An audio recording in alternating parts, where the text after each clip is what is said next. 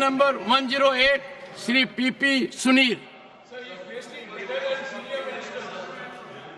Honorable Minister. Laid on the table of the House. Supplementary number 1, Shri PP Sunil. Sir, the amount of exports to Israel since the beginning of the conflict, including equipments that aid in manufacturing weapons. Honorable Minister. Sir, the supplementary asked is not directly related to the question because the question focuses on our position on Palestine, our voting in the UN, the aid sent to Palestine, which I will be very happy to share with the House, sir. With regard to our exports to Israel, in particular, any export which is related directly or indirectly to munitions or military sense, that is not an information that is in the public domains. Supplementary number 2, Shri PP Sunil. The position of the Government of India on the International Court of Justice warrant against Israel Prime Minister Benjamin Netanyahu and former Israel Defense Minister Yoav Gallant and a Hamas leader for war crimes, in accordance with international law and rule-based global order. Honorable Minister. Sir, the honourable member would be aware that India is not a member of the International Criminal Court. When the International Criminal Court was constituted, the question of our membership was considered. For very good reasons, after a great deal of deliberation, India decided not to become a member. So, with regard to any decision passed by the ICC, it is not binding on us. So, it is not a matter on which we have taken a formal position. Third supplementary, Shri Tiruchi Siva. Thank you, Chairman, sir. Sir, it's very hard content to know from the Minister that India extends humanitarian assistance to the people of Palestine both bilaterally and through United Nations Relief and Work Agency.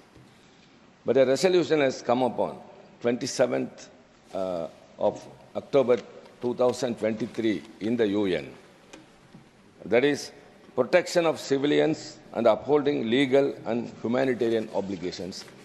Which resolution India has abstained, sir?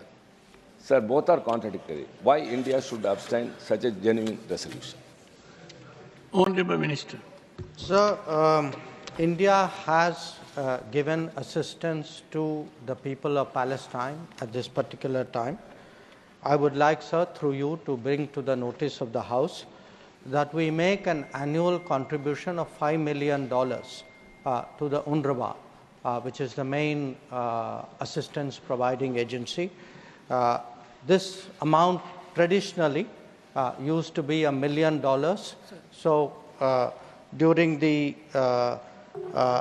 time of under the decision taken by this government, it was raised from $1 million to $5 million.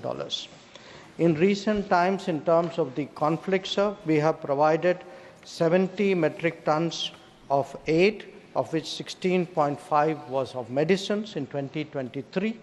We have given 65 metric tons of medicines to Palestinian Authority and to UNRWA in 2024. We have provided 33 metric tons of medicines to Lebanon.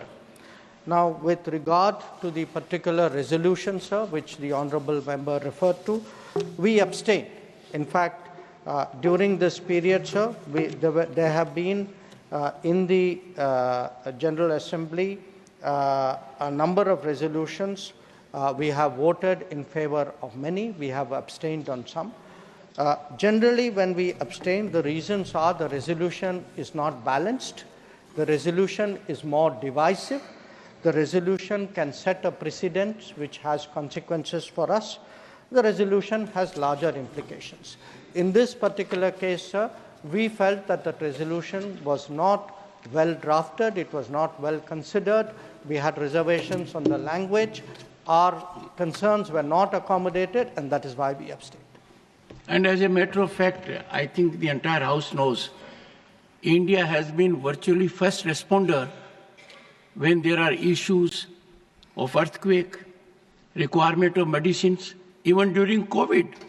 And that soothing input I get from foreign dignitaries calling on me, or I calling on them. So that, I think, goes to the credit of this House and the government.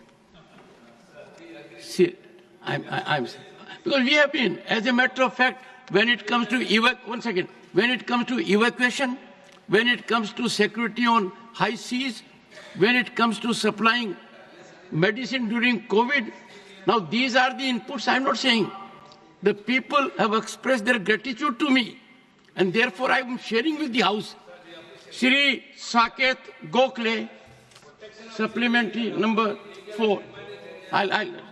Thank you so much, sir.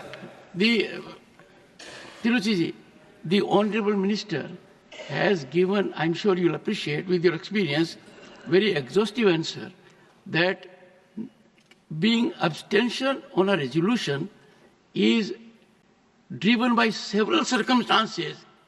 The script of the resolution, the consequence of the resolution, its long-term impact.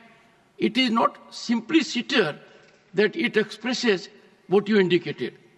That, as a matter of fact, is driven by our civilization. Wherever there is a need for humanity, we have been supplying, and sometimes, in toughest of situations, diplomatic also. Saket Gokhale. Sir, thank you very much. Let me express gratitude to the Honorable Minister for the fact that India has always, and previous governments, that India has always been a supporter of a two-state solution in Israel and Palestine, and for the aid that is being sent by the Indian government. Sir, because the question pertains to India's position on Palestine, I have two very specific questions on which I would like to know the government of India's position. Number one, the Honorable Minister just said that we've been providing $5 million of aid to the UNRWA. The UNRWA has now been banned by the Israeli government. So what mechanism, what is our position on UNRWA being banned, and how are we sending aid? And the second point on which I want to know the position is that India has traditionally always, including this government, supported a two-state solution. In the United Nations, we abstained on a resolution against Israeli illegal settlements in the West Bank. What is India's position on the illegal settlements made by Israel in the West Bank and Palestine, sir? Before the Honorable Minister responds, the little I gathered in diplomacy, if you win a battle by argument, you lose it. Honorable Minister. Thank you, sir. Sir, regarding our support and contribution to the UNRWA, this is a decision which we took as a government. We continue to stand by that decision, and we have in fact just released the latest tranche of support to the UNRWA. So I hope the member is reassured on that score. Regarding the two-state solution, we support a two-state solution, and we have been public and unambiguous about that. So I think there should be no cause for confusion regarding two-state solution. Regarding, sir, resolutions, both what the honourable member asked and what the previous honourable member also asked, again, sir, it depends. Resolutions have implications, as you noted. Their wording is important. For example, in the question, the resolution which the previous member had referred to, sir, there was no reference to terrorism.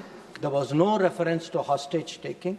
So, in our mind, a resolution which does not reflect the entirety of the situation is not a balanced resolution.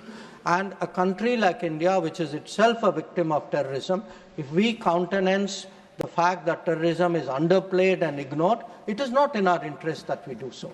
So when we look at any resolution, we look at the wording, we take a very, very mature view about it. And I want to say, as a matter of principle, we, sir, condemn terrorism, we condemn hostage-taking.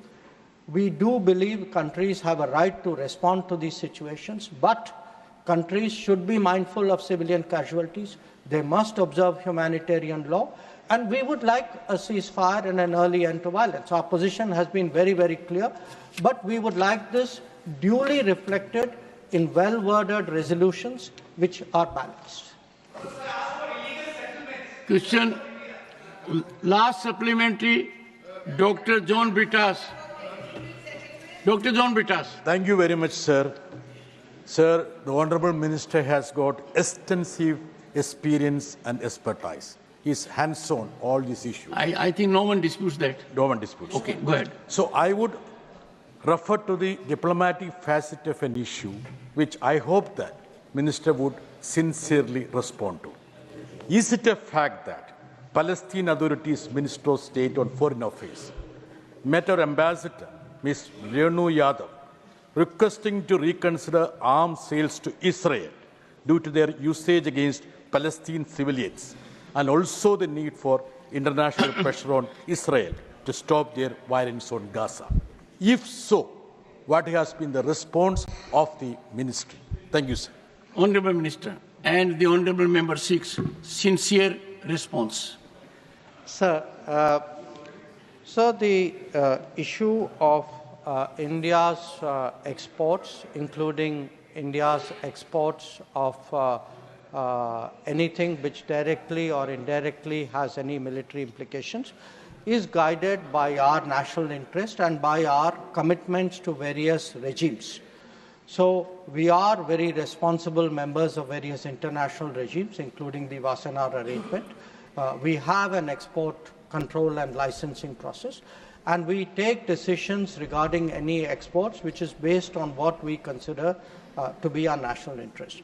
Where Israel is concerned, it is a country with which we have a strong record of cooperation in national security. It is also a country that has stood by us at different moments when our national security was under threat.